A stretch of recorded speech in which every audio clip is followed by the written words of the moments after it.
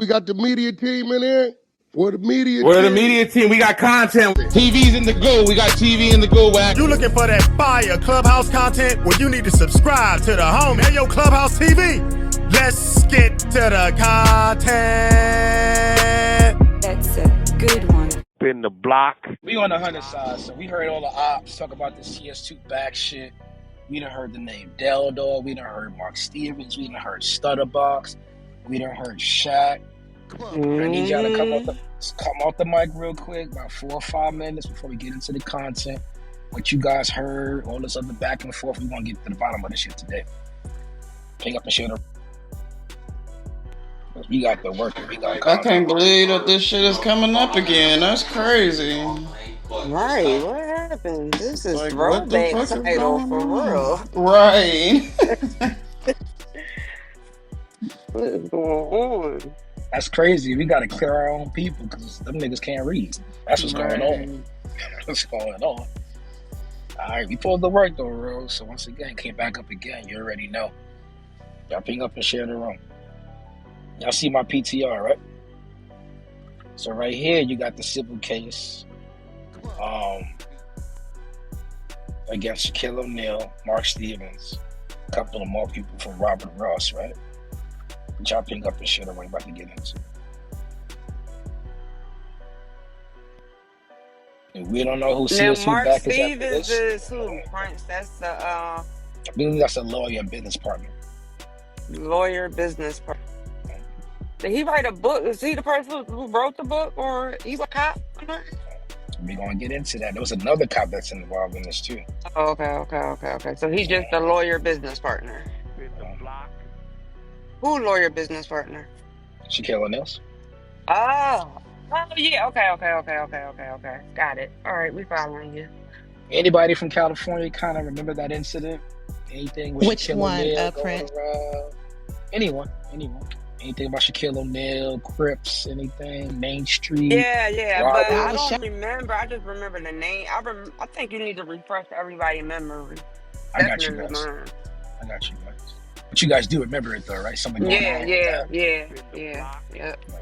That overall case ended up being dismissed, but there is a civil suit against Shaq and Mark Stevens, which we got, right? But that's going to be the basis for a lot of what's going on, because I think a lot of people are getting things confused when it comes to these cases, right? It's actually 3 different cases that people are jumping up. But once again, it's the hunter side of it is what we do. We're going to get the business clear. You heard of CS2 back, right? Mm-hmm. You heard of Stutterbox. Mm-hmm. You heard of the Main Street Mafia Crips. Mm-hmm. But what we don't have is what the public record actually shows with that whole situation. The central question is not just who CS2 back is.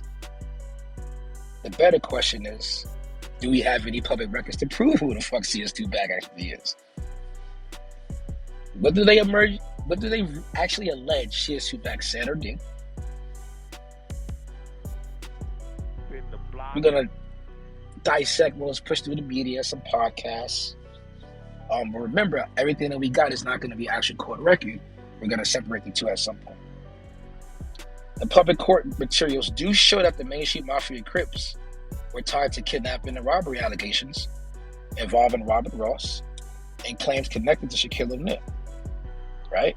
This public DOJ materials also show Stutterbox pleaded guilty in a separate federal racketeering and narcotics case In the block. involving the 5 Deuce Broadway Gangster Crips. And if I'm wrong on that, correct me. Anybody that knows that whole phrase. 5 Deuce Broadway Gangster Crip. And we have a 2025 court ruling, a civil case of one Cass Jones, known as Wack 100, against Worldstar Hip Hop and the media company for allegations of defamation of him being CS2 back. Oh yeah, that check just cleared not too long ago, right? The check is clear. Mm-hmm. We got the work. Now remember, Rose, that's going to be the basis of the defamation case. Okay, I'll be right? rules. Yeah, go ahead. Sorry, I apologize. I'm looking at my phone right now. That's going to be the actual basis of the defamation case, right? If you say that I'm something, right, and I can prove that because you said that, it's slander to hurt my business, and it's not true, simple defamation. Tonight's room is about separating paperwork from rumor. A lot of people online talk about CS2 back like the identity is already settled. We know they're wrong. But when you slow it down and read the public record, you see something different. These are actual real gang cases, real public allegations. They actually have a whole wiretap section and real lawsuits. But as we go through it, you determine who CS2 back is in this information, or if there ever even was a CS2 back. Let's go to the paperwork. The first thing I need you guys to understand is this is not just one case, right? To me, this is just my opinion, the major problem with this whole fucking topic is that people that are unrelated, or they rely loosely on related matters, and they try to put it into one big giant fucking story. And that's where everybody kind of gets confused on, right? You got the 2011 Robert Ross civil complaint. Now that centers around the alleged kidnapping, and robbery, and assault involving one, Liddell Rose, who's Dale Dog, you heard his name before, and other alleged Main Street Mafia Crip members with Shaq and Mark Stevens named as defendants in the civil filing. That's in my PTR right now. Separately, we have a 2016 federal case involving Stutterbox, which concerns the 5 Deuce Broadway gangster Crips, separate from the Main Street Crips. And that involves racketeering, conspiracy, and narcotics trafficking. Then you have a recent complaint in 2024 out of the Eastern District of California involving someone named Christopher Thomas, who's described as a long Main Street Mafia Crip member. And in that paperwork, it speaks about a confidential source in that paperwork as well.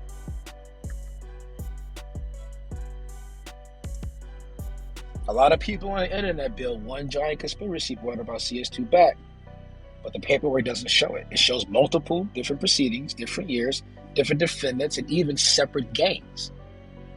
Separate gangs. Let's get to this complaint real quick. The Robert Ross complaint actually states, and it's publicly available, you can actually just Google it, it'll come up. It shows that Robert Ross is suing Shaq and Mark Stevens.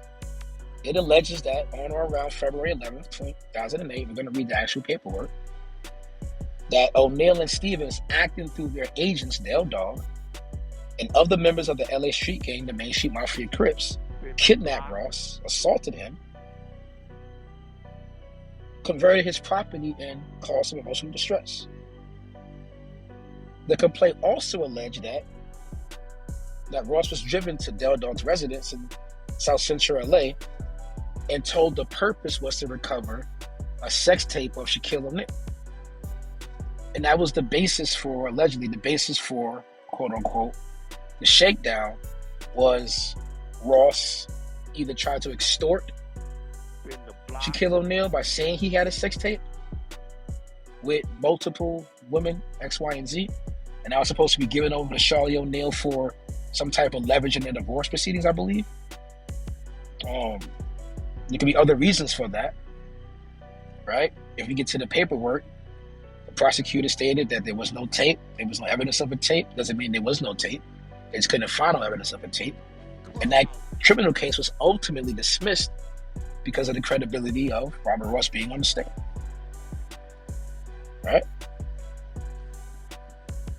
Within this conversation, though, within this complaint, though, right, there's a document that further alleges that there was a phone conversation during the kidnapping, and one of the dudes that's inside of the kidnapping from the main streets is on a hot phone.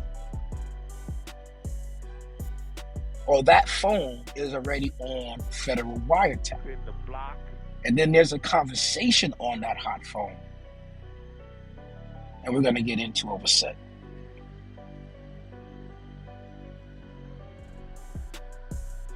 Now remember, the allegations are in the civil complaint, and one thing between the civil and criminal, the burden of proof is different. So if I go to a civil complaint and somebody has allegations, I need to prove said allegations against that person. That's sort of how civil complaints work. So you can say someone did anything, but then you have to prove it. Right? So here's the issue with the Ross complaint. It puts the Main Street Mafia Crips and Del Dog directly into the public record, because now that's a public filing. And anything that, quote unquote, Robert Ross says happened is now in that initial complaint on the public forum. So if he says in that complaint that a federal wiretap, someone was on it, that's not verified until you verify that.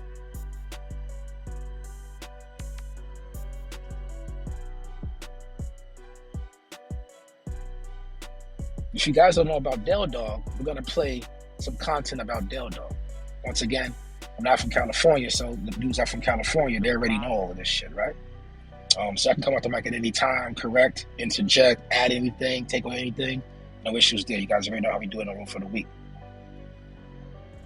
So I went back to some press coverage at the time, got some news clippings, got some FBI articles, and they described Del Dog as the leader on a shot caller of the Main Street Mafia Crips in connection with this Ross matter. The LA Times, direct quote, reported that Ross told investigators that Main Street Crips kidnapped him, took him to Del Dog South LA, and robbed him. NBC Los Angeles similarly reported Del Dog that he was accused in a criminal complaint involving the alleged kidnapping and beating of a man who said he possessed a sex tape of Shaquille O'Neal. Second mention of a sex tape. When people talk about the Main Street Mafia Crips, Del Dog is one of the names that keeps surfacing. That's not internet myth. And that part is mainstream reporting and court-linked materials. So alleged shot caller, alleged leader. Now, let's go ahead and clear Shaq, because once again, those charges were dismissed, and the allegation was that they were sent on behalf of Shaq. The records show that Shaq's name came up publicly because he was sued by, obviously, the victim, Robert Ross. And reporting on the alleged kidnapping and robbery repeatedly referenced Ross' claim that the dispute involved the tape of O'Neal. So let's back up a little bit, right? So if you're asking, how does he know that? I don't know. I can't tell you how he knows that. That's the reason why I got ran down on and kidnapped, robbed, beat up, and everything like that. Right? But once again, when you file a civil complaint, you're gonna have to prove that. And the criminal complaint was dropped because you weren't a credible witness anyway. So if they had wiretaps, they had you testifying, and it still wasn't enough, what are we talking about? Well, let's go through the motions and let's continue.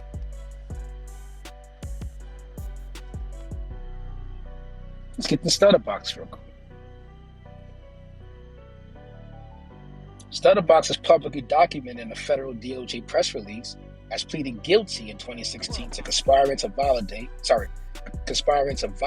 RICO and conspiring to traffic narcotics and networks.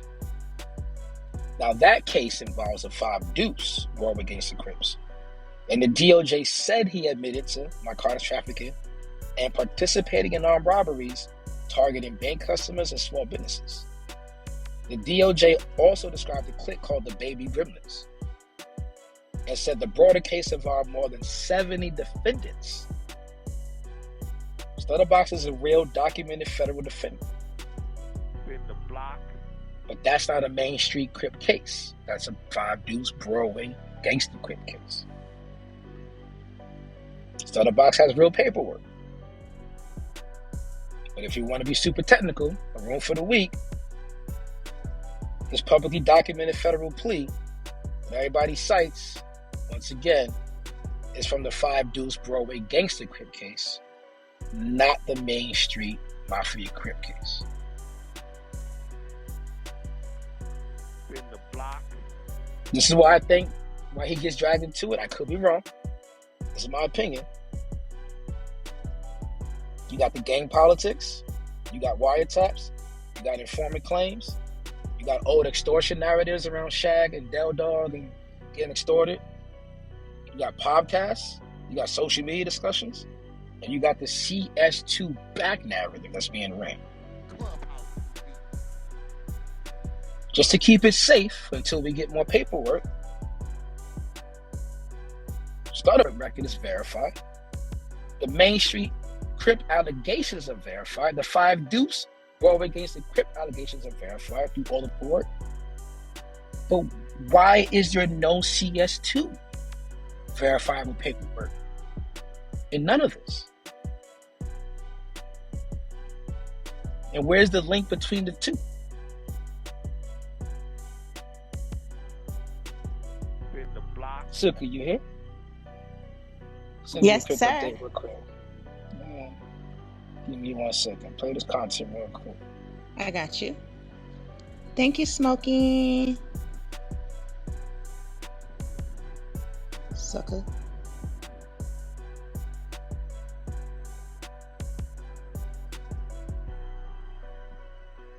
Put the link into the chat real quick. Give me 5 seconds and you can play it. No worries. You get the backstory, we get into the content, we get into the reading of it. Now you know the players. Shaquille O'Neal, Mark Stevens, Del Dog, Stutterbox. There's a CS1, CS3. Multiple CSs on that Main Street Mafia Crip case. Nobody know who CS1 is? Nobody know who CS3 is? 2 seconds, Silky. You can play the content. I'm gonna read you guys something.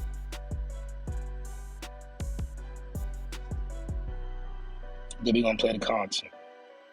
Y'all pick up and share the room. CS2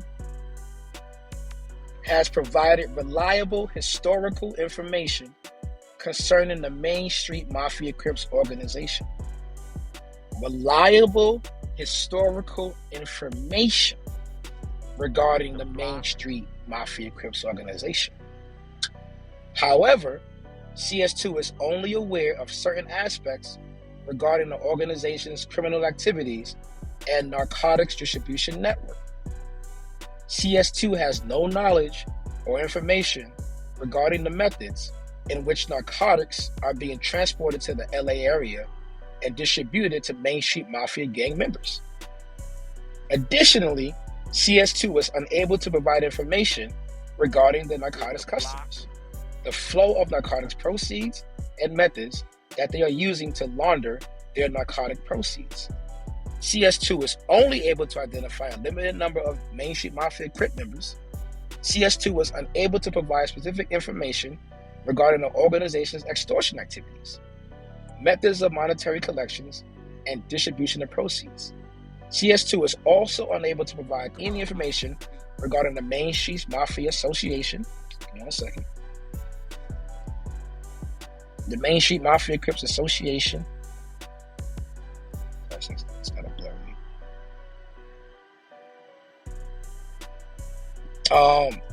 CS2 is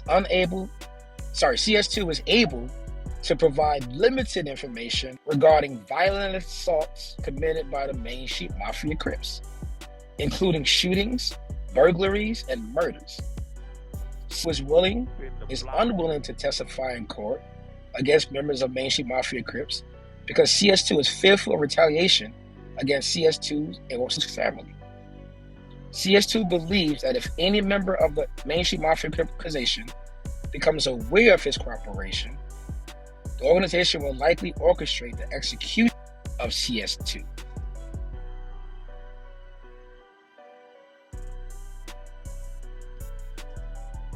Question for the floor. Did anybody hear CS2 back in there? In the block. Anybody?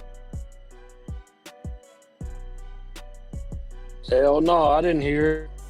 So CS sounds like what to you? And then CS3 is pretty much all redacted.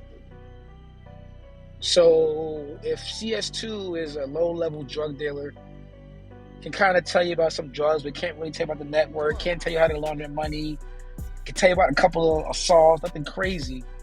And then CS3 is already, who gives a fuck about CS2? But anyway, let's go through the motions, blah, blah, blah. Let's read it for y'all's sake. So, can you hear? Yep. Take it away from me. All right. I'm going to play the audio. Yes, ma'am. Y'all ping up and share the room. Let's get it. Then we're going to get into it.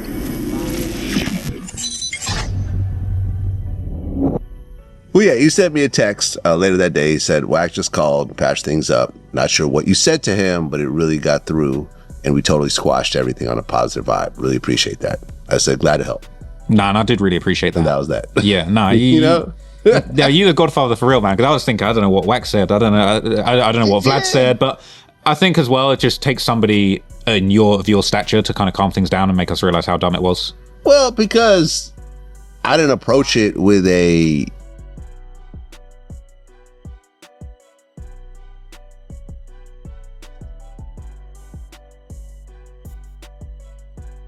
One second.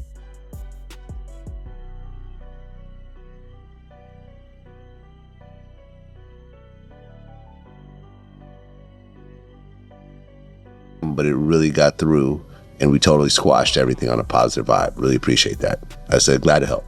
Nah, and I did really appreciate that. And that was that. Yeah, nah, you know? Yeah, you're the godfather for real, man, because I was thinking, I don't know what Wack said. I don't know what Vlad said, but I think as well, it just takes somebody of your stature to kind of calm things down and make us realize how dumb it was. Well, because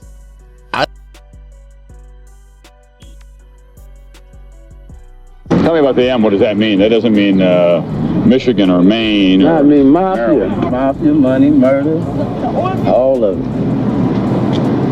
The whole shebang. 98th Street, you know, something that we all been representing all our life. I don't like to say gang bang because I'm one that don't gang bang no more, but just say a real, true, dedicated, delivered gang banger. You know, and that's the respect Del Dog got in his hood, and not only in his hood, but throughout South Central LA, Compton, Watts, Long Beach, everywhere. Do you remember the first time we met? Let me tell you the first time we met. And then all I remember is you, every time I went to LA, I had my chain out, and then he'd tuck it in. He'd tuck my chain in. And then I'm seeing interviews, I'm seeing you on TV. And what you rock? I seen the Superman chain, man. Yeah, but I was in the area and I knew certain people. That was your stomping ground? No, I'm just saying I knew certain people and I didn't want you out there. Thank you. You know what I'm saying? So I always had the protection. Prior to me meeting with Stutterbox, me and Darren Dupree, he was involved in these extortion attempts towards Shaq. Stutterbox, which is a whole big story of its own. Stutterbox versus Del Dog, Main Street Crips, Shaquille O'Neal extortion, Del Dog gets killed.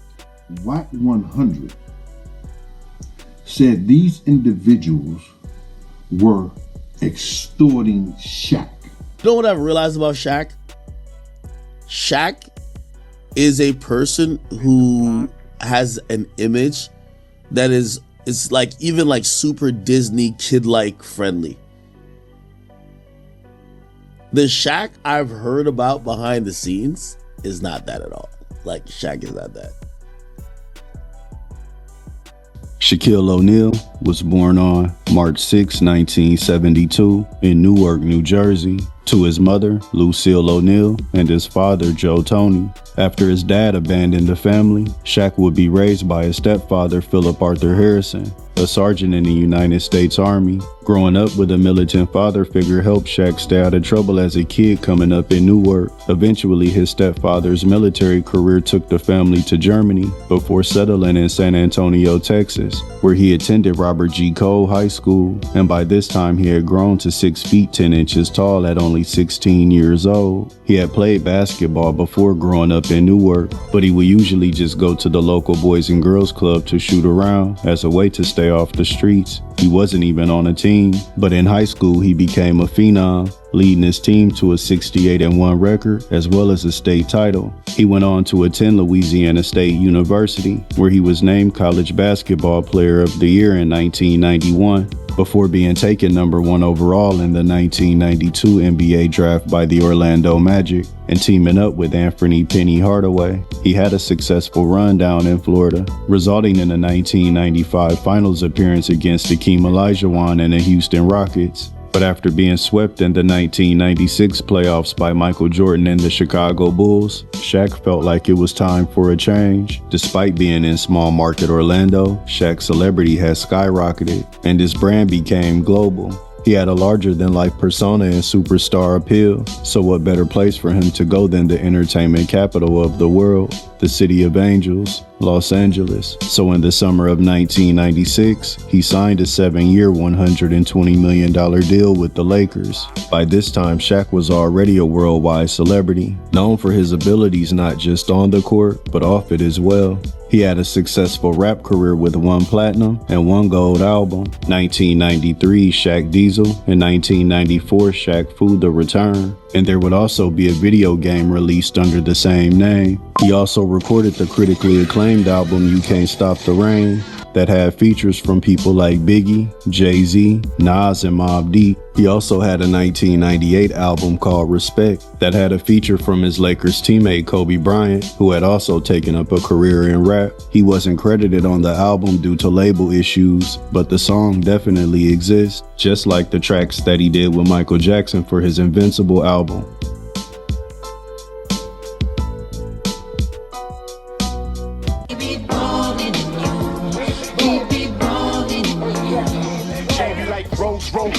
Sure for sure, peep my flow like low post nice and assist the lyrical shorthanders. I kidnap planets for atmospherical advantage. My lyrical damage derives from mental mechanics. But money was not the main factor here. And I think people get tired of hearing money. I just want to go have fun, be young, drink Pepsi, wear Reebok, and have fun. Some people say I've got too much on my mind. Movies, music, toys. Correction. There's only one thing in my head. The championship. The championship. Because I got 10 fingers and no rings. And I love jewelry. Shaq had commercials, movies, unlimited brand deals, and he felt like he was the king of LA. He was used to moving around as a celebrity in a much safer place like Orlando, where he didn't really have to worry about checking in or avoiding certain areas. But Shaq would soon learn that the streets of LA were different, and the gang culture as well as the street politics applied to everybody, no matter your stature and height or celebrity.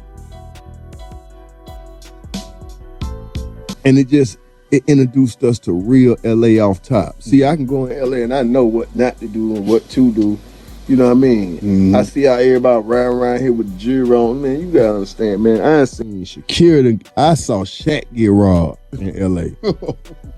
You know what I mean? I saw Shaq and the Bone Thugs and Harmony all laying out in the parking lot, face first, getting their jewelry took. Shaq and the LA Lakers dominated the NBA in the early 2000s, winning 3 titles in a row. But by 2004, cracks were beginning to show in the empire. Shaq's name was mentioned in Kobe Bryant's assault case that took place in 2003 in Colorado, and that was followed by them being defeated by the Detroit Pistons in the 2004 NBA Finals. During the summer of 2004, Shaq would be traded to the Miami Heat, teaming up with Pat Riley and Dwayne Wade. They won a championship the following year after defeating Dirk Nowitzki and the Dallas Mavericks. And even though Shaq's NBA career took him to Miami, he still had strong ties in Los Angeles. And it's said that one of the connections that he had was to one of the most infamous gangs in LA, the Main Street Mafia Crips, who were known for being strong when it came time to go to war and when it came time to get money, both legally and illegally, and it's said that they gained a reputation for robbing armored vehicles. At a mansion party in 2003, Shaq met one of their highest ranking members, Robert Ross, also known as Stutterbox, for his propensity to stutter whenever he got excited or nervous. Over time, Shaq became close to Stutterbox. It's said that he had ties to the entertainment business and he was plugged in with the music scene in Los Angeles. This was around the same time that Shaq was trying to start his new record label with his cousin Money Mark Stevens. He had his own Twism record label throughout the 90s, but it folded in 2001. And now, he didn't want to be the face of the label, he just wanted to be behind the scenes, the CEO. He knew that Stutterbox was plugged in with music talent from all over LA, and unofficially hired him to be a talent scout. Their business arrangement was going so well that Shaq even shouted out Stutterbox on the remix for his song You Can't Stop the Rain in 2006. But he also mentioned other members of the Main Street Mafia, such as Kevin Haran, also known as Little Shaq, and their reputed leader Liddell Rawls, also known as Del Dog. Man, Money Marcus Bullet, Cousin Kenny is my cat, man. Dog and Box got my back, man.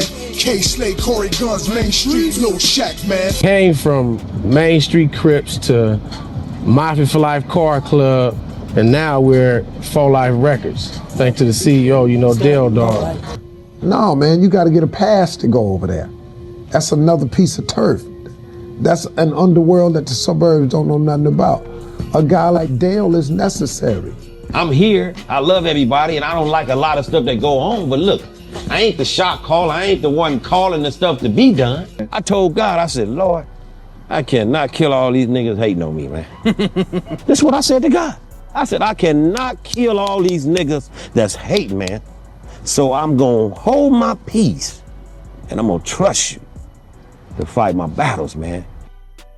In 2007, Stutterbox was friends as well as neighbors with R&B singer Ray J. Knowing that Shaq was looking for new artists for his record label, he felt like Ray J would be the perfect match. But he needed help from Ray J's manager to make it happen, a man named Cash Jones, also known as Wack 100. It's said that Stutterbox had a handshake agreement with Shaq and his business partner Mark Stevens, saying that he would be entitled to a percentage of any profits made from the records that Ray J sold during his time on the label with Shaq. But when they flew out the following week to have a distribution meeting with Koch Records, things had changed, and Stutterbox was iced out of the deal. Instead of receiving a percentage of the profits that was previously agreed upon, he was given a $20,000 finder fee by Shaq's cousin Mark Stevens. This angered Stutterbox and almost made the deal fall through, because after hearing what was going on, Ray J was refusing to sign. But Stutterbox didn't want to get in the way of Ray J's career and told him to sign anyways, letting him know that he would have to take care of his situation with Mark Stevens and Shaq in his own way. Is it true that Shaq invested in your music career? Yeah, he gave us, I think, 1.5 million for Sexy Can I. And Sexy Can I was the record to lead off. It sold 8 million copies. We recouped the number back for Shaq in, I don't know, 5 months, 6 months, and everything else has been profitable since. Money Mark, who is Shaq's partner in this deal, he's the one that told Shaq about this, and this was actually the first deal for Wack 100 to ever even be in the game. So this was his first introduction into the game as well from my end. And so Money Mark, Wack 100, we had another partner. Stutterbox was known for being a street millionaire, and it's rumored that he got a substantial amount of his wealth from partaking in financial fraud schemes, as well as other illicit endeavors with the Main Street Mafia Crips. He would drive around LA in a Rolls Royce while living in a very affluent neighborhood. In the weeks following their failed business arrangement, Stutterbox tried to talk to Mark Stevens, as well as Shaquille O'Neal himself, but nothing would come of it because Shaq and Mark Stevens felt like $20,000 was more than enough for Stutterbox setting up the meeting between them and Ray J. But Stutterbox couldn't let it go. He felt like Shaq used him to get affiliated with the Main Street Crips and their leader Liddell Rawls, Del Dog. So as a way to get payback, it's said that Stutterbox and Wack 100 came up with a plan to extort Shaq. Over the years of their friendship, Shaq spent a lot of time at Stutterbox's house, and sometimes he would bring a young woman by to hang out with him as well, despite the fact that he was married. But little did Shaq know, Stutterbox's home had security cameras, and those cameras captured footage of Shaq having intimate encounters with another woman. And this is the evidence that Stutterbox would use in order to blackmail Shaq so he could get the money that he felt like he was rightfully owed. And it said that Ray J's then manager, Wack 100, was also a part of the initial scheme to extort money from Shaq. Stutterbox called Mark Stevens and told him what the deal was. Either they were going to pay the money that they owed him, or he was going to show the tape to Shaq's wife. It said that Mark Stevens responded by telling Stutterbox that he's really upset because Shaq had already began to distance himself due to the fact that Stutterbox would use his name whenever he got in trouble with police, trying to get out of being arrested or receiving a citation. But he said this has nothing to do with Shaq no longer wanting to be cool, and that it was really all about his money, and that if he didn't get it, he was gonna sell the tape to TMZ. Shaq was already having marital problems during this time and hired a private investigator to follow his wife, and what he found was Stutterbox spending time with Shaq's wife, and it's been alleged that they were having an affair. After getting word of what was going on, it said that Shaq made a phone call to his connects in the Main Street Mafia Crips in order to get Stutterbox taken care of. These events would lead up to the night of February 11, 2008, when Stutterbox pulled up to a convenience store on the Sunset Strip called the Pink Dot, when 7 men surrounded his Rolls-Royce Phantom with guns drawn. But these weren't strangers. Stutterbox knew these men because they were Main Street Mafia Crips too. They told him that Del Dog wanted to see him and forced him to drive at gunpoint to South Central Los Angeles into Main Street Mafia Crip territory. According to Stutterbox, he was taken to Del Dog's house that also served as a studio, and there he was pistol whipped repeatedly and interrogated about the sex tape involving Shaq. He said that Del Dog demanded that he hand over the sex tape as well as pay him $100,000 before he was robbed for all of his jewelry as well as $15,000 cash that he had on him. Stutterbox claimed that Del Dog said it would just be easier to kill him, but he promised him that he could get him $60,000 cash by 2 a.m. if he let him go. And he said his mom and sister were waiting on him and they would start to get worried if they didn't hear something soon. Eventually, Del Dog let him go. But instead of going home, he went straight to the Los Angeles Police Department 77th Division and filed an incident report. After finding out that Stutterbox went to law enforcement, the Main Street Mafia Crips were now gunning for him, and it said that his former co-conspirator in the Shaq extortion plot, Wack 100, had turned on him and was trying to give up Stutterbox's location to Del Dog. This would result in a shootout where Stutterbox and his girlfriend barely escaped with their lives, and his Rolls-Royce Phantom was shot almost 20 times. After this incident, he went to the 2 detectives that were working his case, Greg Kading and Darren Dupree. He told them that he had even more information to give, this time on Wack 100, saying not only did he set him up to be murdered, but he also played a hand in another high-profile murder that happened in Los Angeles almost a decade previously, the shooting death of Christopher Wallace, aka the Notorious B.I.G., who was killed on the night of March 8, 1997 after leaving the Soul Train Music Awards. It's believed that his murder was retaliation for the shooting of Tupac Shakur, who passed away just 6 months prior. Wack 100 was working for Suge during this time, and according to Stutterbox, he played a hand in setting up Biggie's murder. He also accused Wack 100 of using his career as a truck driver as a cover-up to perform illicit activities for Suge Knight and Death Row Records across the country. This would cause officers Greg Kading and Darren Dupree to open up an investigation on Wack 100. This situation would even be featured on a Netflix show titled Unsolved that documented the deaths of Tupac and Biggie. But according to Detective Kading, nothing ever came from the Wack 100 investigation. The only thing they learned is that he was living the life of a normal truck driver. Pause it right there. Pause it right there. Can you tell the people...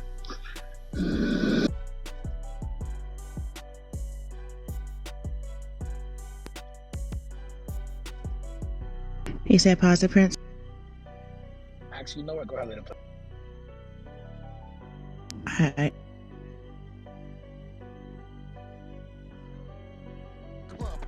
What my position in this case, how did Cash Jones, Wack 100, How did I get involved or implemented in this case with Stutterbox? Okay.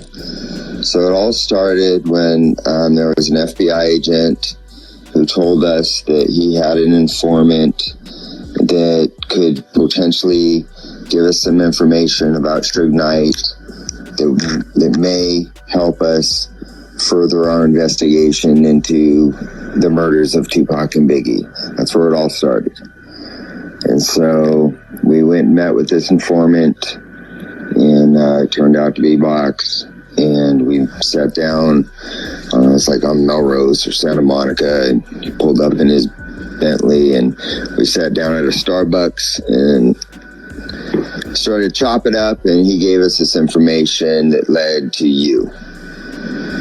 And so we didn't know it was real. What the hell was the information that led to me? Well, the information was that if we looked into you, we might find some things out that would help us maybe get some leverage on Suge.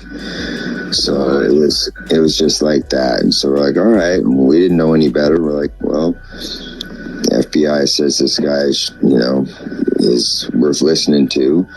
So the guy we're talking about that we're listening to is Stutterbox. Stutterbox wouldn't get his opportunity to push his case against Shaq, Del Dog, and the Main Street Mafia Crips because he would end up getting it. Again. Back that up right until Greg Caden starts speaking again. Once you guys pay attention to what he says, and who implements who. Go ahead.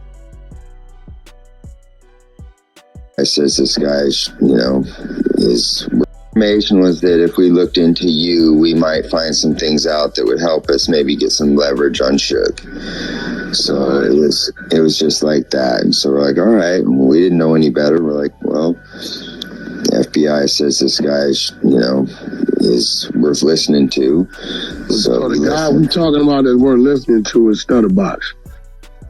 Stutterbox wouldn't get his opportunity to push his case against Shaq, Del Dog, and the Main Street Mafia Crips because he would end up getting incarcerated himself and serving 3 years in prison. But as soon as he was released in the summer of 2011, he resumed his vendetta against Shaq and refiled the charges. The story made headlines all throughout the media, with different publications and online articles being created speculating if Shaq had any ties to the infamous Main Street Mafia Crips. It said that Shaq was questioned by the LAPD for his potential involvement in Stutterbox's kidnapping, along with his business partner Mark Stevens, but ultimately no charges would be filed against him. Unfortunately, the same couldn't be said about Del Dog and the other 7 Main Street Mafia Crips, who would ultimately be indicted in the case. Shaq would be quoted as saying that he didn't know Del Dog or any of the other Main Street Mafia Crips, and that he had only spoke to Del Dog twice over the phone and never even met him in person. And his now ex-wife Shawnee O'Neal, who was alleged to have had an affair with Stutterbox, would also be quoted, stating that she doesn't even think a sex tape exists because Stutterbox is a known liar and that she never had any type of intimate relationship with him. But ultimately, Del Dog and the Main Street Mafia Crips would beat the case due to Stutterbox committing perjury during the trial. And according to Wack 100, he's the one that made that happen because he knew that Stutterbox was a confidential informant for the police, saying that if they asked Stutterbox while he was on the stand if he was a confidential informant, he would definitely say no, which means that he would automatically perjure himself because it's documented and on file that he's an informant. Although according to Detective Greg Caden, there were other factors that led to them being acquitted.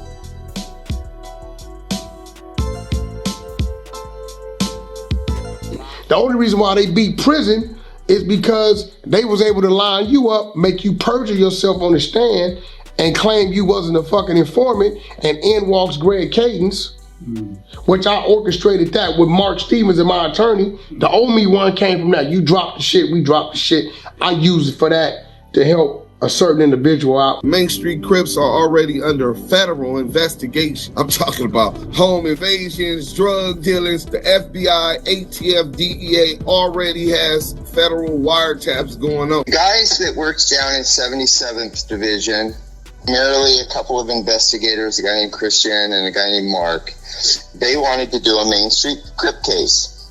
And when they were doing their Main Street Crip case, obviously we're already dealing with Box on an unrelated thing, but now Box is wrapped up in this whole dilemma with Del Dog and, all the shit that he had going on with those guys.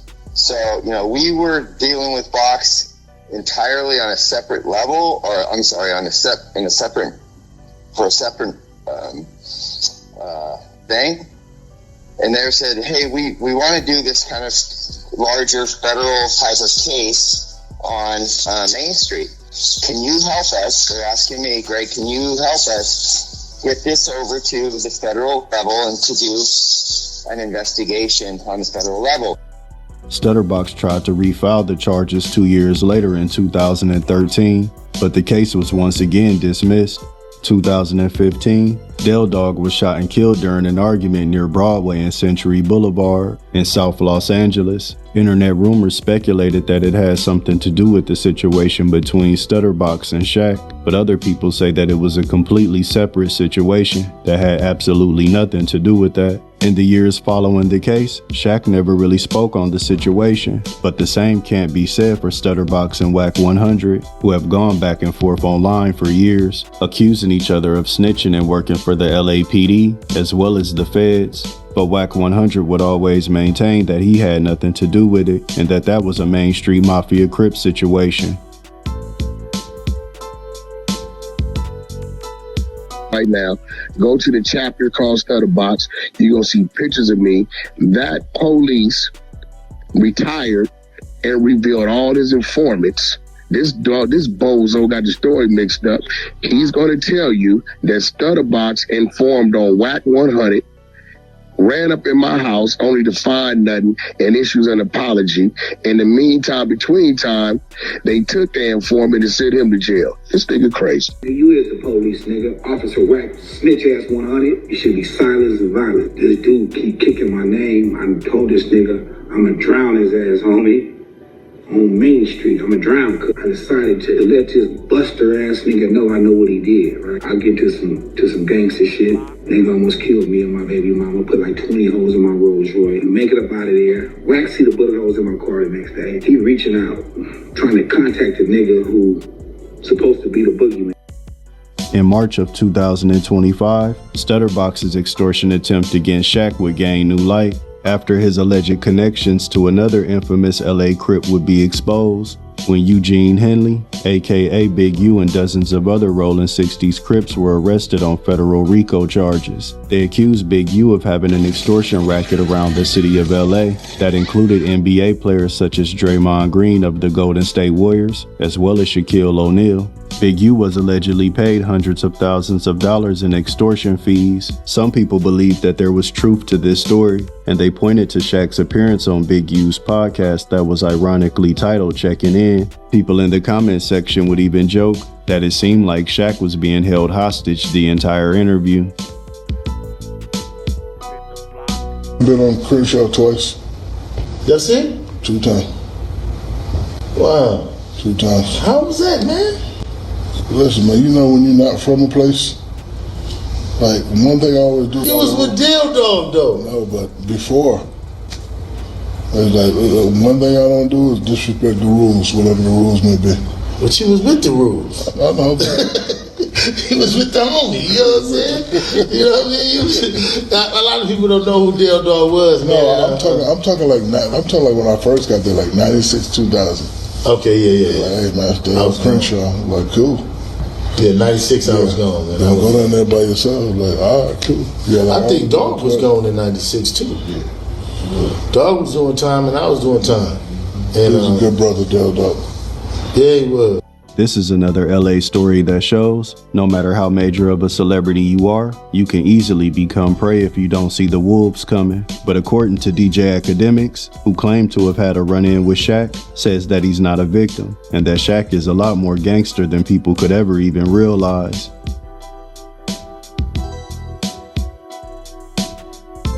Said, which was like I had to, matter of fact, I didn't realize Shaq was like this until I started hearing some rumors and shit. But also, like, Gilly called me later. It was like, I guess Shaq was making little calls around about me. I don't know. It was kind of odd. Anyway, because Shaq was in my DM and Shaq was like, yo, nigga, you know you gotta see me, right? You know, like he was like mad tough. I was like, what the hell? The whole time I'm like, nigga, ain't you the guy on TNT? Like it was gangster Shaq in my DMs. I promise you. Like this is why I never said it, because I'm like, no one will believe this. Like no one will believe that Shaq was in my DMs talking the most gangster shit. Like he finna like put a hit. Like I swear. According to the detectives that worked the case, the tension between Shaq and Stutterbox remains to this very day and has never been resolved. How does the relationship end with Stutterbox and Shaq? Or how does that resolve? It doesn't go anywhere. There's nothing there. It's just a bunch of,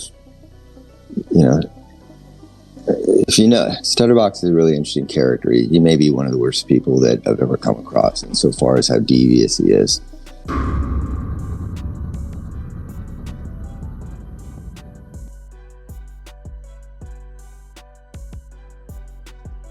That was it, Prince. That was deep. Yeah, we got a lot to talk about. Y'all come out that. Damn. Where do we even start? Right. Like, whoa. Wack didn't do it. For sure. We I'm heard, about to say, why would he need to extort Shaq? we heard remnants of this conversation over the years, about 4 or 5 different times now? Story being told about this shit. Yeah. But nowhere in the story did anybody say that Stutterbox was working the whole time. You heard Greg Cannon say it, right, Dre? He was working on some unrelated, different shit. Yeah. Not tied to the main streets. And then he went through that, and then what did Wack say?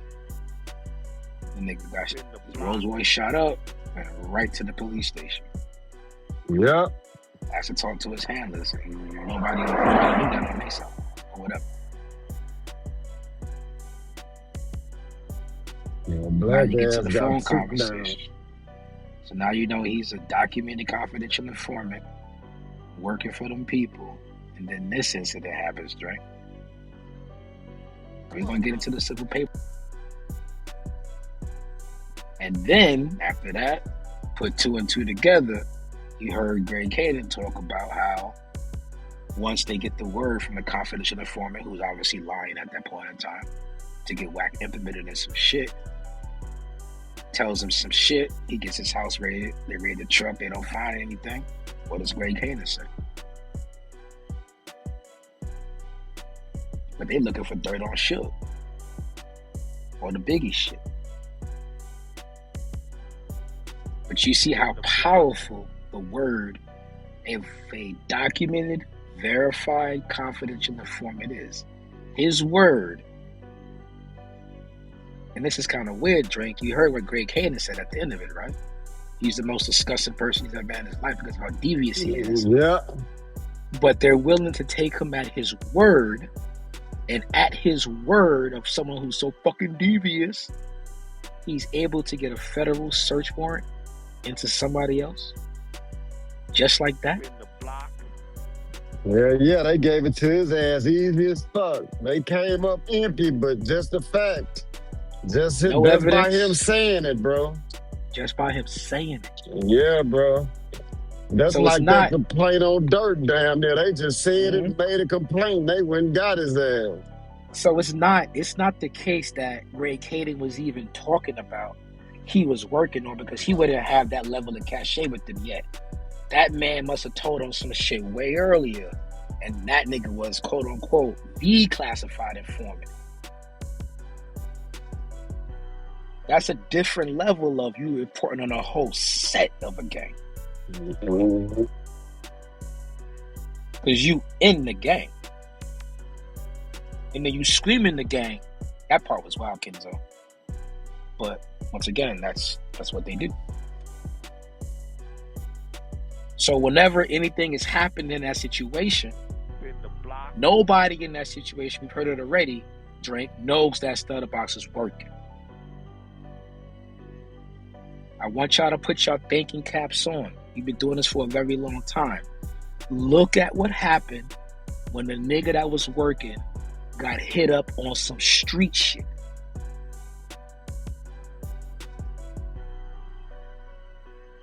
Everybody is expecting him to respond like a street nigga. And how does he respond? That nigga Like was an straight to informant. the laws. It was that Right nigga to right them there. people. It was And that nigga right in another case, that level of informant, that's a dangerous nigga right there, boy. Yeah, because he gave them niggas something solid previously for them to listen to his ass like that. But the issue is they know what he doing, no Drake. If he's leading his own crew of niggas that's running down and starting niggas, robbing niggas, bank robberies, all of this shit, look what he's able to get away with, then lie and implement the nigga Wack on some other shit. So imagine what the nigga got in with them people at that time. Because we know what the nigga do, Drake. He wanted it. Yeah. But look what he's able to do though. That's a different conversation. Yeah, that's a killer rat. Yeah, them gangster Killer rats, rat, nigga. Gangster rats is something serious, dog. You know what I'm saying?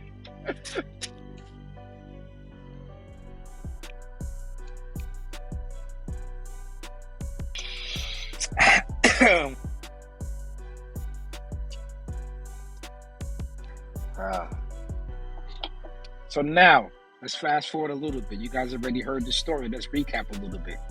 So now you guys understand how Wack got implemented.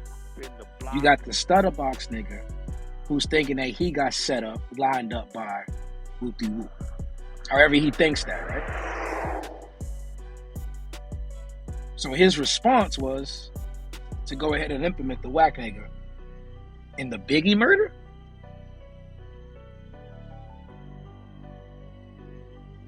And Greg Caden and the LAPD is all ears because they want to build a case on Suge any fucking way. Because you knew what the fuck they had going on with the Biggie shit going on at that time. So of course they like, oh my God, yeah. Whatever you want to say. But this is where the system breaks down. This is where you can't believe in none of this shit. Because how do you get the probable cause for the search warrant? It has to be on the strip of a fucking confidential witness named confidential informant named Stutterbox.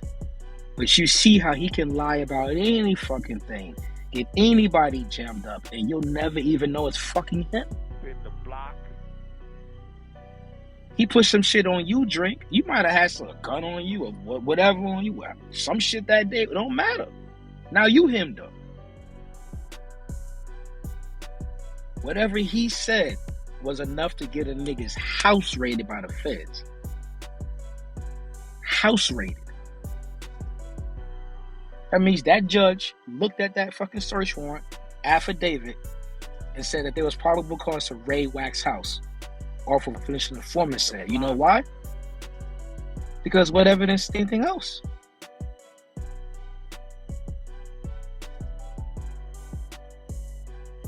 Greg Caden already said it.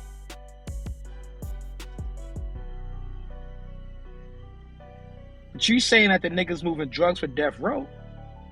Obviously, if you got a confidential informant at that level saying that this is what the nigga doing and the nigga involved in the Biggie murder, you think the feds ain't gonna get a search warrant for the nigga spot? You telling nigga all that shit? Once again, you take from this conversation the power of a verified, documented, confidential informant.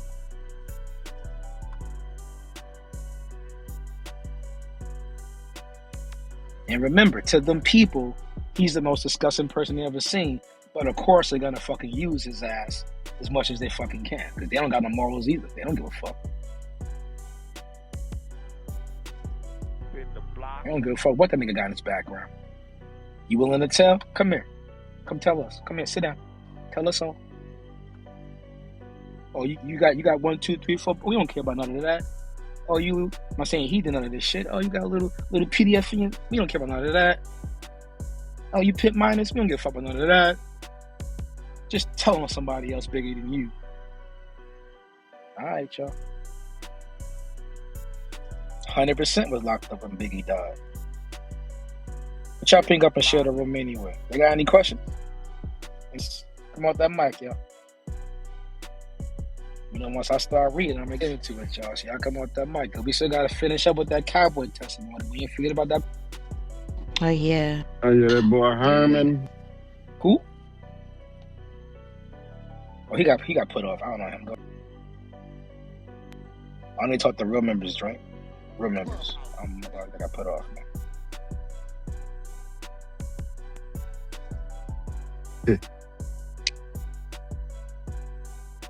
Shit. Let's get it. All right, y'all ping up and share the room, y'all. Let's go. Superior Court for the State of California for the County of LA. Case number looks like Bravo Charlie or Bravo Golf 465355. July 15, 2011. This is a civil case. Complaint for false imprisonment, kidnapping, assault, and battery. Robbery, conversion of personal property, and intentional infliction of emotional distress and breach of contract. This is one Stutterbox, aka Robert Ross, suing one Shaquille O'Neal, Mark Stevenson's, and does 1 through 100 inclusive. Here's his general allegations, y'all. He's a resident of LA.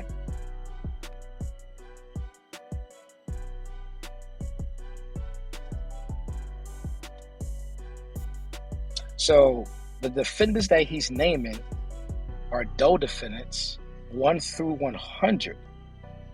And he's going to add their names when they're ascertained. But he's saying that each of those defendants is legally responsible for the acts described herein and for the damages suffered as a result therefore. So he has Doe's 1 through 100, Mark Stevens, and Shaquille O'Neal. First allegation: false imprisonment, kidnapping, assault and battery, robbery, conversion of personal property, and infliction of emotional distress.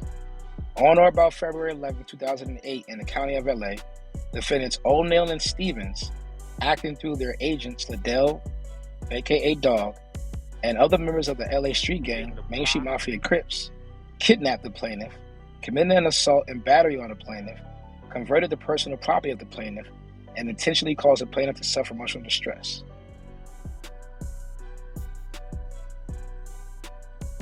Defendants O'Neal and Stevens, I don't see anybody else's name in here. Defendants O'Neal and Stevens, on or about February 11, 2008, engaged in a conspiracy with each other, members of the street gang, and others to commit all of the acts set forth herein.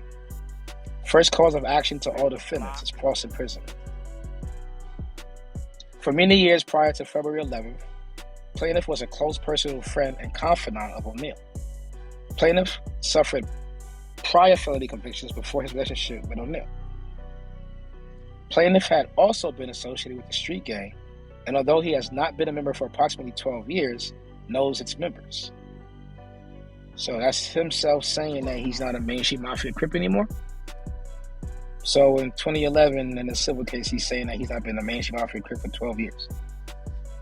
That's interesting, because we just heard him say a Main Street Crip, right? Let's continue. At all times during a relationship with O'Neal, it was aware of plaintiff's past criminal record, as well as his past relationship with the street gang, and O'Neal had knowledge of his street members.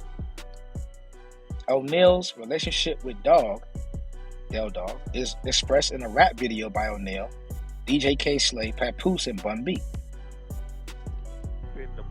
Because of O'Neal's knowledge of plaintiff's prior criminal record, as well as his past involvement with the street gang, for many years, O'Neal requested and directed plaintiff to perform many personal favors and directed him to perform various tasks, including, but not limited to, ordering plaintiff to kill a member of the downtown gangster Crips, who had disrespected O'Neal in front of his wife, Shawnee. Okay, so now let's go back. I'm going to pause right there for everybody in the room. So you have a known confidential informant, right, who now has already testified in the criminal trial. That criminal trial is dismissed And then in the civil trial, the civil complaint, the first thing that he says about Shaquille O'Neal is this. I'm going to read it again.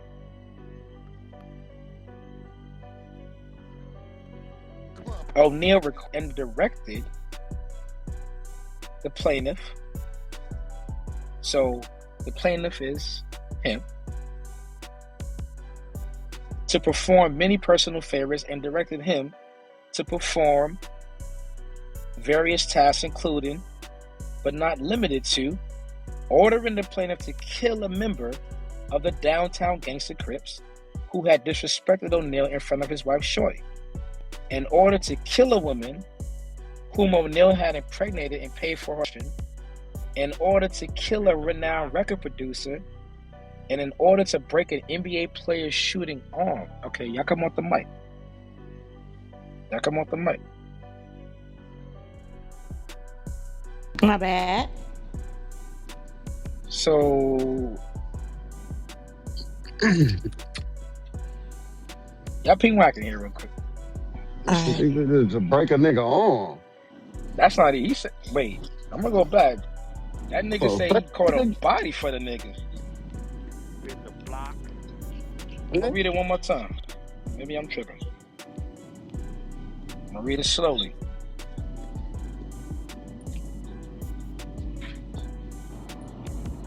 The plaintiff is Robert Ross. That's Stutterbox, right? All right. Okay. I'm going slow this time. This section is called... Yo, you gotta send the link to his phone, Prince. Matter of fact, I got you. Don't trip, I got you. So this section right here, remember, this is written up by Stutterbox and his lawyers, right? This is not the government's complaint against him. This is a civil complaint when he's suing Shaq, Mark Stevens, and Doe 1 through 100. So he's the plaintiff. Yeah.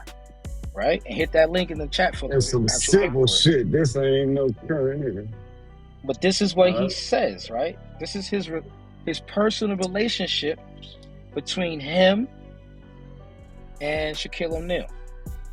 Everybody with me? He says for many years prior to February 11th, that Stutterbox was a close personal friend and confidant of Shaquille O'Neal. And he also knew about Stutterbox's criminal history prior to the meeting. Just to stay on track. Then he says, this is what Shaquille O'Neal directed him to do. Everybody with me? So now it says, because Shaquille O'Neal knew of Stutterbox's previous criminal record, these are the tasks that he directed Stutterbox to do. And this is your confidential informant, by the way. And this is what he's admitting to.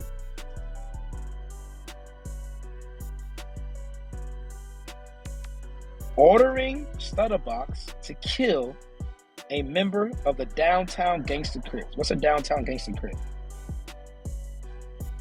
Who had this is sorry, put into the chat. Who had disrespected O'Neal in front of his wife Shawnee.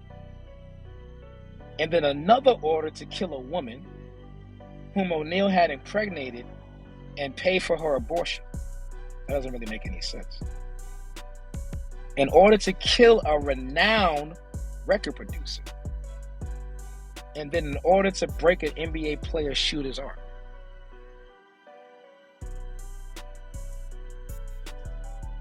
So this nigga just telling like Shaq putting hits and everything on niggas. I'm just reading the work, right? Damn. I'm reading the work. Well, that shit true, but that nigga Shaq ruthless than a Nah, that shit that shit was brung up a couple of years ago. Now we reading the work. This shit do hit different because I remember hearing that about Shaq. Yeah, nigga Shaq putting hits on boys. It's a little different. According to this nigga. But here's the issue. You know that Stutterbox is known to be a liar. Hence the case is being dismissed. Yep. Hence the And they sent Wack moving work. Hence why they sent 2 detectives on the stand to say that man is an informant. That nigga Stutterbox is slime ball. What did Greg Caden say? I mean, I don't know the nigga. What did Greg Caden say? He said his whole life he never met no one that nigga. That's what he said. He's saying anything just to try to be free, bro. That nigga just saying something to keep his run going, bro. How this nigga do? Okay, that's the point, Drake. You got there already in your head, right? Because now the breakdown is the level of informant that he is, the griminess that he is, and what he trying to implement just on Shaq name. You already seen what he implemented on Wack name, put the whole fake case on lock. So wait. If Wack is CS2 back, and they want Wack to get leverage on Suge and the Biggie shit, and if Wack is CS2 back, then how come when a documented CS tells the feds and tells the LAPD that Wack is moving drugs X, Y, and D, why is Wack not treated like an informant to the LAPD and the feds? Use your brains. A known informant just put a whole federal case on a nigga, and the feds ain't saying, that's our informant. The feds treated a nigga like he was fucking a drug trafficker, nigga. Yeah. What are y'all talking about? The feds ain't showing nigga no love. They raided the nigga. No. That's how a nigga know he ain't CS2 back, nigga. That nigga was about to go down, nigga. If they would have found anything and Wack shit, his ass was out of there. What more y'all niggas needed? Besides the fact that he got raided. Yeah, that was it. He got snitched on, nigga. Whatever. That nigga snitching on that nigga ass, boy. Let's keep reading, Drake, because apparently if you an informant, and as big as that fucking case was, as big as that Biggie case, that investigation and everything, they gonna be like, oh, let's just raid our informant. In the block. Yeah, no bullshit. Wouldn't you just ask your informant if he's already a confidential source? Yeah, you know what I'm saying. And remember, the confidential source is telling on the main streets. So he's out of the main streets. Now, if the confidential source, the CS would have said, confidential source has been cooperating for multiple years, confidential source is a death row informant, that's a different conversation, but y'all niggas don't even got that. Yeah. It says the niggas out the main streets. It says the niggas a low-level drug fucking distributor. But you know what? Let's just continue. Just keep reading. Just keep reading. Just keep reading. Just keep reading. All right. So we went over the part where Stutterbox nigga tries to implement Shaq in a body on some gangster Crips downtown GC. A body of a female who he impregnated, allegedly paid for the abortion. Kill a record hit producer on a nigga arm, and then took out an NBA player's shooting arm. That's crazy.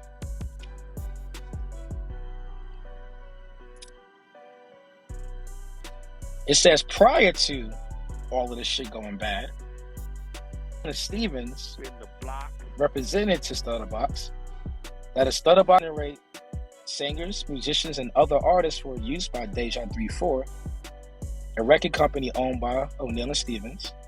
Then Stutterbox would receive 1/2 of the profits and finish from all such singers, musicians, and artists. In response to this representation, plaintiff brought Ray J, a prominent singer, and now this whole part, we can just get Wack to clear this whole part up. This is the easy part. I'm just going to read it and then Wack can clear this up. Because Wack already spoke about this as well, but now we get to the details of it.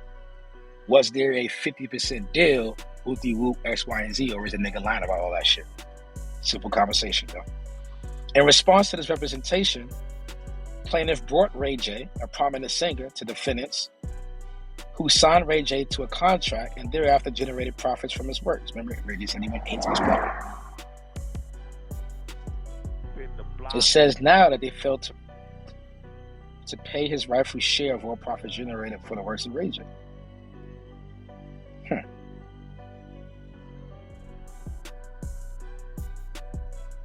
Now we get into the sexual shit. So first you implement the nigga in, 3 bodies? 3 alleged conspiracies right there to commit murder? Because now, let's have a simple conversation, right? If there was evidence of that happening, if that's a murder for hire plot, you don't have to actually have a body to catch that murder conspiracy charge. We know that for a fact. All you have to do is have that conversation with Stutterbox documented that you want to pay whatever the case may be to line shorty up. That's all they would need to put a murder conspiracy charge on our boy. 100%. That's how murder conspiracies work. And you had 4 of them, my boy. You had the gangster Crip nigga. You had the bitch that got pregnant and had the abortion already. That shit crazy, brother. But let's continue. Get into the sex talk. And this is all alleged, by the way. So you didn't get paid for Ray J. While defendant O'Neal was married and prior to 2008, he engaged in sexual acts with the female, not his wife, at Stutterbox's house. And it says that Shaq having sex was videotaped by a recording device installed in plaintiff's home. So now this kind of, the way that this kind of reads, this doesn't, to be honest with you guys, like, that's so generic, it doesn't really make sense. Where was the recording at? Do you still have the recording? X, Y, and Z. Like, this is an actual civil complaint. A judge is going to want to verify that, right? Because you put it in there. And you're saying that this is the motive for, quote unquote, the kidnapping, right? It says after that, and after the defendant filed for divorce and was separated from his wife, Shawnee, it says then that Stutterbox began an affair with Shawnee. So now he's saying that after that incident that happened with Shaq, that now he's fucking Shawnee O'Neal. Slime ball. That's crazy. That nigga lost snitch dance or shit. It says because of the fear that the sex video might become public and because of Shaq's raging jealousy towards Stutterbox, defendant O'Neal and Stevens directed and employed members of the street gang. Notice how he says street gang, he doesn't say Main Street Mafia Crips, to kidnap, attack, rob, and threaten plaintiff. On February 11th, Del Dog and members of the street gang carried out the orders of Shaq and Mark Stevens and kidnapped Stutterbox from Sunset Boulevard, Hollywood, and forcibly drove him to Del Dog's residence in South Central LA, where they assaulted, robbed, and threatened Stutterbox at gunpoint. It says at the beginning of the kidnapping, James, I think it says Huron or Herbin, it says Wood, James something Wood, told Stutterbox that the big homie Dog needed to straighten out problems between O'Neal, Stevens, and the plaintiff.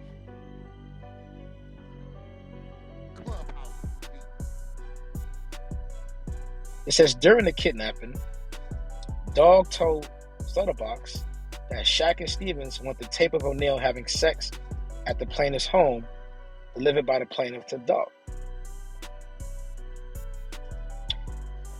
So real quick, let me stop right here. So if they're having an affair he doesn't have a tape of Shawnee in his house. He only has a tape of Shaq at his house. That's a little interesting. But let's continue. So where you fucking Shawnee at? Gotta be somewhere else. I don't know. Say, Stutterbox, what you gonna add, bro? You want a shit? Good question. You got your whole house taped up. Let me see. Let's see if we get you some more information. Just a real quick question.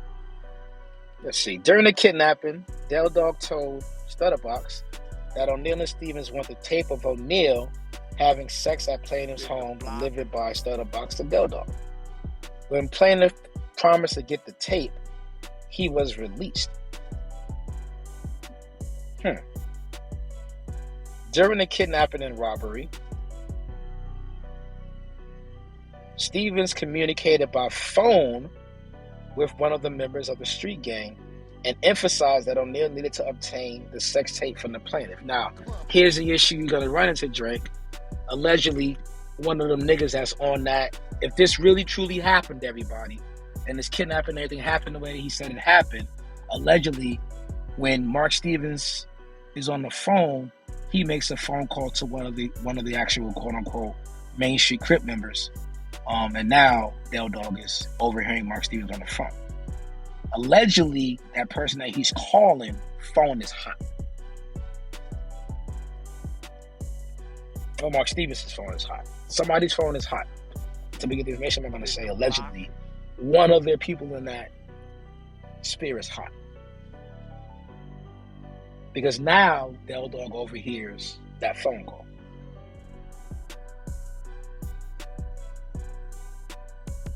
And allegedly, that's where that federal wiretap comes in. Because if that wiretap is open and it's an open wiretap at the time, then they obviously can hear that phone call. They know that phone call took place.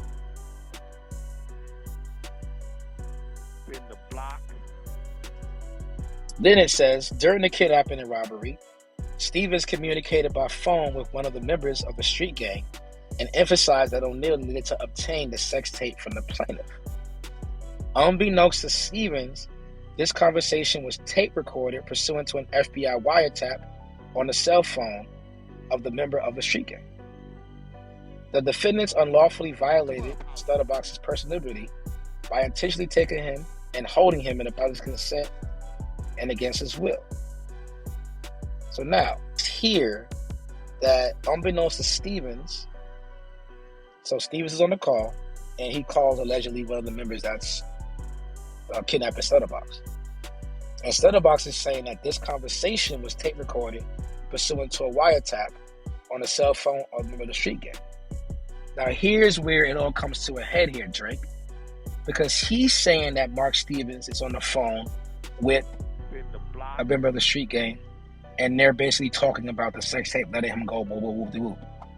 The prosecution, who prosecuted them, would have access to said wiretap, and the prosecution would know that. The prosecution says that there's no record of any sex tape, no evidence of any sex tape of Shaq that ever existed. So who are we believing here? We believe the Babylon, or we believe the lying killer rat? It's up to you. Let's continue.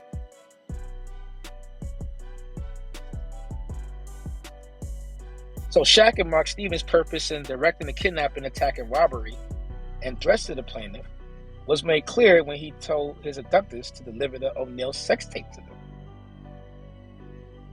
Now, if that's on the wiretap, where's the wiretap? So these abductors were acting on behalf and were carrying out the orders of Shaq and Mark Stevens and were performing these acts with the full knowledge and consent and approval of the defendants. It says, additionally, the next day, a mutual friend of the box and Shaq called him and asked kidnapping, assault, and robbery.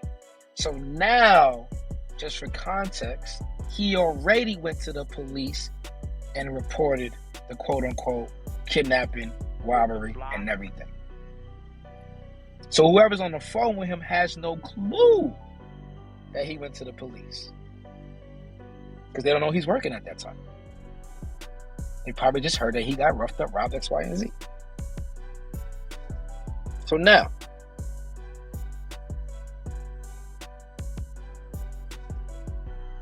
when asked by Del Dog how that person that called him knew about the incident, the friend stated that Mark Stevens had called him and told him to tell to tell Stutterbox that all that had happened the night before was because Stutterbox affair with Shawnee. But that Del Dog was only told to get the sex tape from plaintiff, not allegedly beat him up, all and extra shit.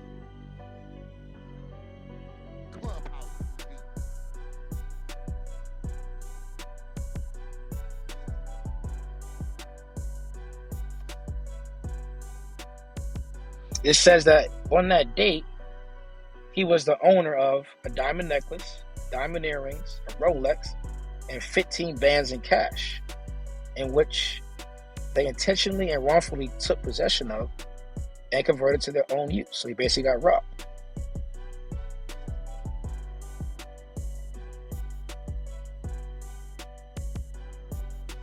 He also speaks about how he had an oral agreement with Shaq and Mark Stevens that he would get one half of the profits generated by the works of each singer, musician, and artist that he brought to Deja 3-4.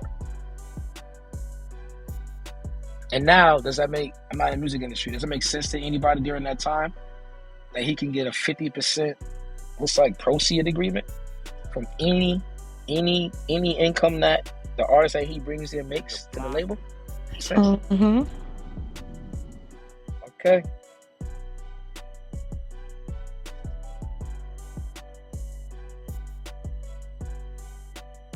He also said that he's the one that introduced the artist Ray J to Shaq and Mark Stevens, and they said that they signed Ray J to a contract and thereafter generated profits as a result of the sale from the artist's performance of Ray J. They breached their agreement with the plaintiff by failing and refusing to pay him the agreed upon one half of the profits earned as a result of the performance of Ray J.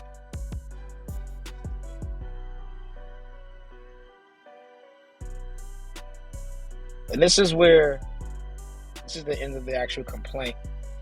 And it's kind of interesting, just not being in the music industry, that business-wise, if you had an oral contract with somebody, Silky, right? Mm-hmm. Call it a verbal. Let's call it a verb. You had a verbal contract with somebody. Uh-huh. And you allege that they made, quote-unquote, $8 million, right? Mm-hmm. But also that to recoup was $1.5 million. Okay. Why don't you have any of those numbers? Because technically, if you truly had a contract, you should be asking for half of what? 6.5. Oh yeah. 6.5, because 1.5 was the recoup. Right? Oh yeah, that's the recoup. You're right. So the fact that you're a real number, get the fuck out of here. Yeah. Okay. Just talking. Fuck out here. All right, y'all. Y'all bring up the shit in the room. Come up the fucking mic. That was Stutterbox's complaint. I think you guys kind of got educated a little bit. We got the backstory, me as well, on who Stutterbox was, his level of being a confidential informant. We went over his tie into what leverage that Greg Hayden kind of wanted to get on Wack. Talked that he implemented Wack. We went over CS2, right? And there isn't a world where the paperwork that we just read that Wack could be CS2. Right, but we all got there, right?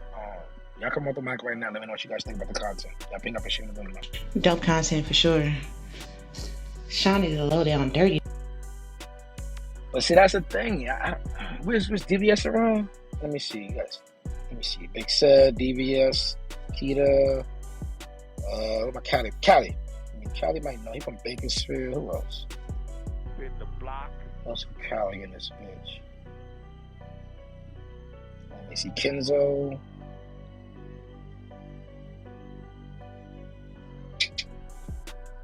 Yeah, now that this shit's coming out, it's not Wasn't there some shit how she ran off with like 20-30 million of his money or some shit? It was a few things. It was a few things, but There's a couple things out there, right?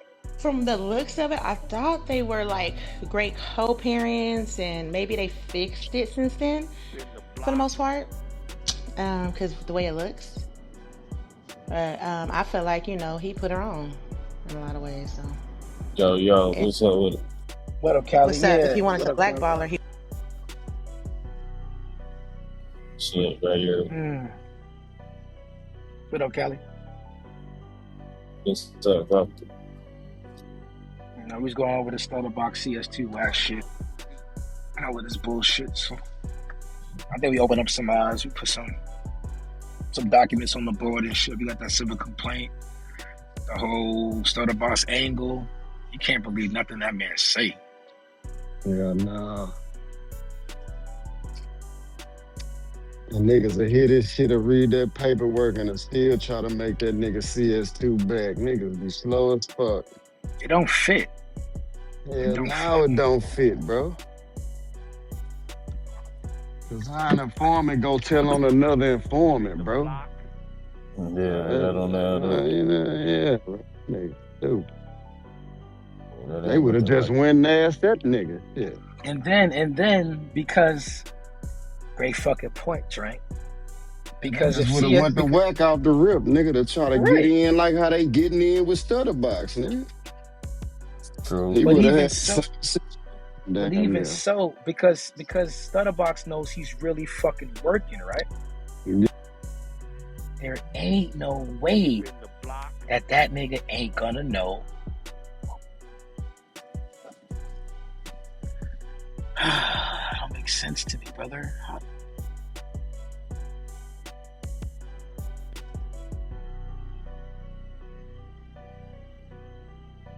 Yeah, that don't make sense to me either, brother. Because when he puts that case on Wack, if he thinks Wack's working, there's no case to put on him. But nobody knows Stutterbox is working. Right? Nobody knows Stutterbox is working though. Nobody know he working. That's the fake out, right? They think of this nigga, the bank robber and all that shit. This nigga, all the way in 10 toes deep.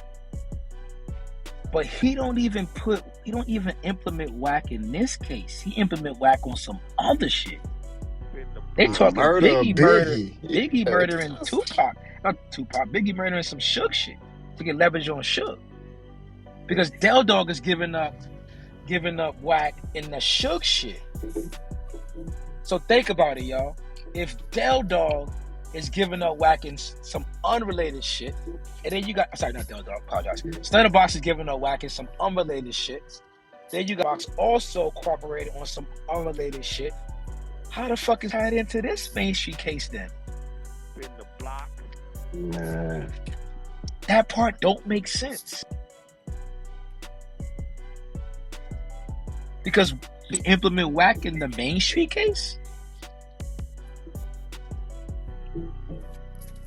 But he's not even. That's the shit dealing with Ray J and all that. Nigga, implicate him in some shit that he close to. For real. So think about it. You're not even implementing the nigga in this case. You're implementing some other shit and you just make it up. So now when it comes out that CS2 is a low-level drug dealer, X, Y, and Z, woo, did it say that CS2 got raided by the feds and had a pistol and his wife said it was his and CS2 later came back to recover? Did it say any of that? Because that was what happened as a result of you implementing the nigga into some shit. And you see how well they describe the CSs, right? There ain't one identifying. Come on, brother. You can put. Like, can y'all niggas stop? Can y'all stop now? Y'all won't, but can y'all at least try? Shit don't make no fucking sense. And if Mark Stevens is on the phone and that phone is wiretapped, he's talking to somebody that's hot. That person is actually there.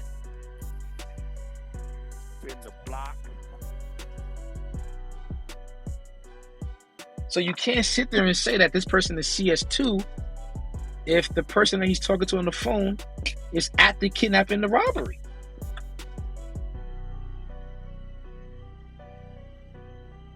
Doesn't work.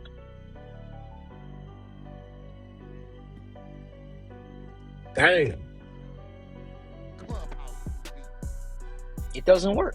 And then the conversation that happens afterwards, where nobody knows you're working.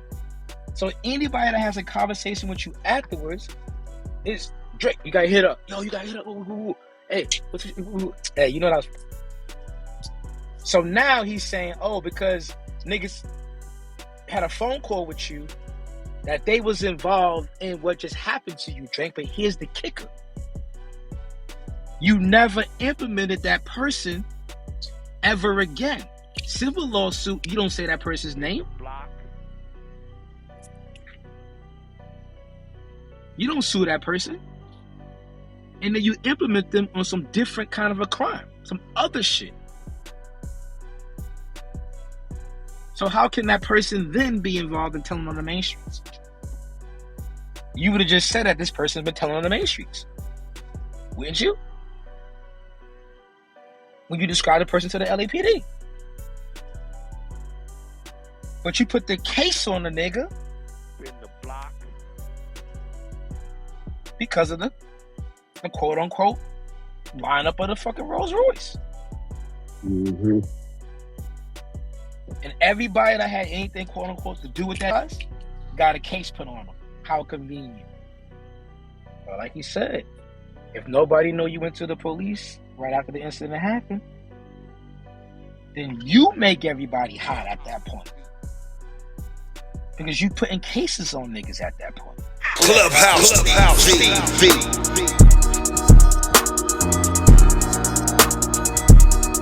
Clubhouse TV. Clubhouse TV. What's good, YouTube? Clubhouse TV back with another one, man. This where we break down the biggest convos happening on Clubhouse and in the hip-hop culture, man. And I certainly appreciate y'all for checking back in and checking out the content. As y'all heard in the content, we're going to talk about something that's been floating around for years when it comes to Wack 100. And that's the constant accusations that he's some type of confidential informant. Now, if you've been on Clubhouse the last 5 or 6 years, you've heard it over and over. Anytime Wack exposes somebody's paperwork, calls someone out for being a rat, someone always jumps in the room saying, but what about Wack's paperwork? What about your old paperwork? Wack is CS2. Wack is CS2 back. But now things just took an interesting turn because Exposure Prince got on the Clubhouse stage in No Room for the Weak and started reading through the actual paperwork. Not the rumors, not the screenshots, not the hearsay, but the real documents that people have been circulating. Now, according to what he read, the paperwork that people have been using to claim Wack 100 and CS2 doesn't actually say what people think it says. And this is where things get crazy because Prince broke down how a lot of people misread legal documents. He pointed out that when people see names or coded identifiers in paperwork, they automatically assume it means someone's cooperating with the government. But that's not how federal paperwork works. Sometimes people listed in documents are targets, witnesses, victims, or just people mentioned in the investigation, not informants. Prince went line by line, explaining that the document people keep referencing does not identify Wack 100 as a confidential informant. That means for years, people have been running with a narrative that might be based on misinterpretation. Now, you already heard what happened with the World Star lawsuit and how Wack got the bag for defamation on his character. Now, whether you like Wack or not, one thing about Wack is he's always said, show the paperwork. And in this case, Prince is saying the paperwork actually clears him, which raises another question. If the documents don't say Wack is CS2, then why have people been pushing that narrative for so long? Is it misreading legal paperwork? Or is it simply people trying to discredit Wack because of how outspoken he is on Clubhouse? Because let's be honest, Wack's made a lot of enemies over the years. He calls people out, he exposes people's paperwork, he challenges people publicly. And when you move like that, people always try to find something on you. But now that Prince has gone through the documents and explained them publicly, that conversation needs to shift.